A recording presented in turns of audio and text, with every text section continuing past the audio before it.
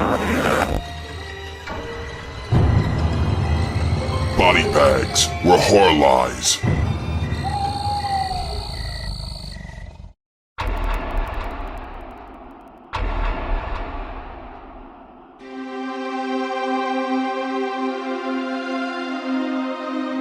Yo, what's up everybody? Welcome to week 4 here on Body Bags. I'm your host Moodz616 and thank you once again for joining us here. Alrighty guys, yeah, week 4, last review before we start our October themed month.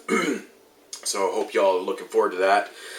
Alrighty, so the film I have in store for y'all tonight is a really low budget film, micro budget, maybe no budget film, released by Midnight Releasing. So right there, it's kind of a tell that the movie's not really going to have much of a budget. And Midnight Releasings does release some pretty decent stuff in my opinion. You know, it is hit and miss. It is what it is. You know, with low budget stuff, you know, it's just the way it goes. So anyways, the movie in question for tonight is called American Scream King. This was sent to me from my good buddy Talking Titles. Yeah, just randomly out of the kindness of his heart. So thank you once again, buddy. Yeah, so getting into the plot of this one. This is basically about two kind of, not really street thugs, but just kind of low class, you know, punks. They basically steal this camera, or they kind of end up with this camera, and they know they can get a lot of money for it, but they're like, you know what, we can probably make more money if we make a fucking movie with it. You know, instead of selling the camera for what it's worth, like say $3,000, let's make a movie and, you know, make a shit ton of money. So they're kind of going through some ideas and stuff, and then they come to the conclusion that they want to make a horror movie, because basically, you know, horror movies are really easy to make because you can have bad actors, bad effects, bad story, and still that movie will be in your local Blockbuster or whatever for rental or sale. So they roll with it. They decide that they're going to make a fucking horror movie. But then they come to the conclusion that they really don't know anything about making movies. They don't know how to shoot them properly. They don't know how to edit. They don't know how to fucking do gore effects and stuff. So they basically get this bright idea that what they're going to do is they're gonna you know, send out some fake auditions, or put a, you know, post out for some auditions, and they're gonna get these girls to come audition for this film. And what they're gonna do is they're actually gonna kill them for real. You know, so they're gonna audition them, and then they're just basically gonna kill them for real and make the movie out of that. So that'll be their real effects and stuff like that. So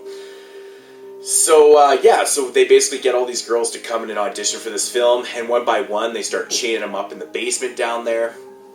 And of course, once they get all their potential victims, they start fucking with them. Kind of in the vein of Saw, you know, they start making them play some games for survival and shit like that. And yeah, so that's basically how they decide that they're going to make the movie. Alright, so that is the general plot. I will stop there with this one. My thoughts on this one. Now, I'm going to read a little thing on the back. It says, the following film contains a story as twisted as Saw, as ingenious as Scream, and every bit as funny as Zombieland, all with absolutely no redeeming value whatsoever. Yeah, I mean, everything is basically a lie until it says all with absolutely no redeeming value whatsoever. You know, that is kind of untrue too. So basically, this movie is it's a satire.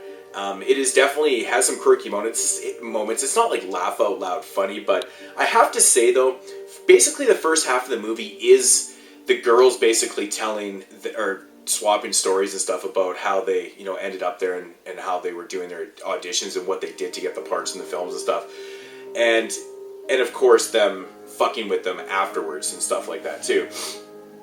But I gotta say though, you know, it is, you know, for the first 45 minutes of the movie, it's kind of straightforward. You know, it's just low budget, bad acting. The writing, the lines in the film are actually kind of funny and stuff like that. And then you get about 50 minutes to an hour in, and the movie basically starts not parodying, but I don't know if that's the right word, but it kind of turns into Scream a little bit. You know, they're fucking with this one girl, and they're asking her a whole pile of questions and stuff. It's very much in the vein of Scream. And I gotta say, man, the writing was actually pretty decent for it, you know? I wasn't really expecting much, you know, like I said, in the first 45 minutes of the film, it wasn't really overly that great, but then it does have a nice little twist about an hour into the film, and I gotta say, it was actually quite enjoyable, to be honest. But it very much is. It's like a rip-off of, like, you know, they're kind of parodying or, you know, satiring, you know, things like Saw and Scream, and of course, you know, they use Zombieland for the comedy aspect of this, but this film is basically just a huge satire of horror films in itself. You know, they're making fun of the horror genre in general, and just basically the cliches of horror filmmaking in itself, and shit like that, which I did find very amusing. I found it entertaining, actually. If you can get past the really shitty acting, basically no gore effects in this, which I was a little disappointed, actually. You know, because the point of them, or, you know, the reason why they were making this movie is because they wanted to kill real people. Or that's, you know, and I thought maybe there'd be a little more gore involved in that aspect of the film, but no, there really isn't. But, you know, the twist isn't overly, you know, I don't know, man. I thought it was pretty good. I'm not going to turn it down. I'm not going to say anything bad about it. I thought it was pretty well done. With that said, you know, the movie only runs 71 minutes long. So, like I said, in the first 45 minutes, you get a lot of, you know, just kind of whatever going on. And then, like, you know, the last 25 minutes is pretty decent in this. I gotta say, it's pretty good. So, yeah, there's not really much else to say. I can't really talk about too much the last 25 minutes. I don't want to ruin anything, but if you do want to seek this out, I would loosely recommend this. It's not a great film, but the writing is actually respectable.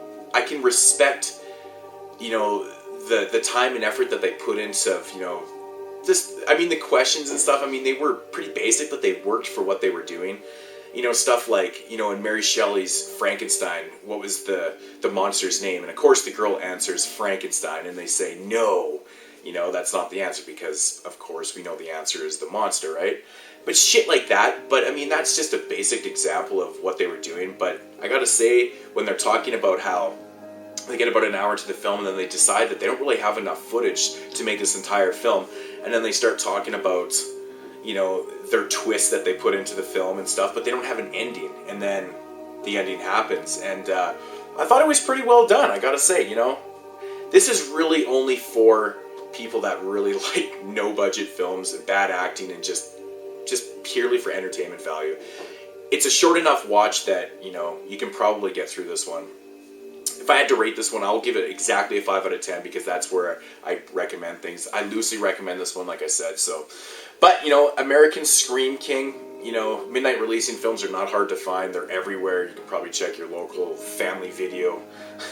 I'm sure it's there, so, but yeah, you know, it is what it is. It's a short film. I thought it was a pretty good satire. It was quirky. And the guy that actually directed this film, Joel Paul Rising, he actually is one of the stars in this, one of the two killers in the film. One of the two killers.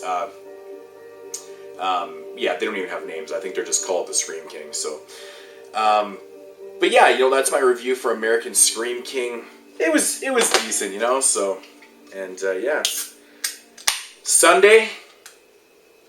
Cheers to NFL football. Week 4 here on Body Bags.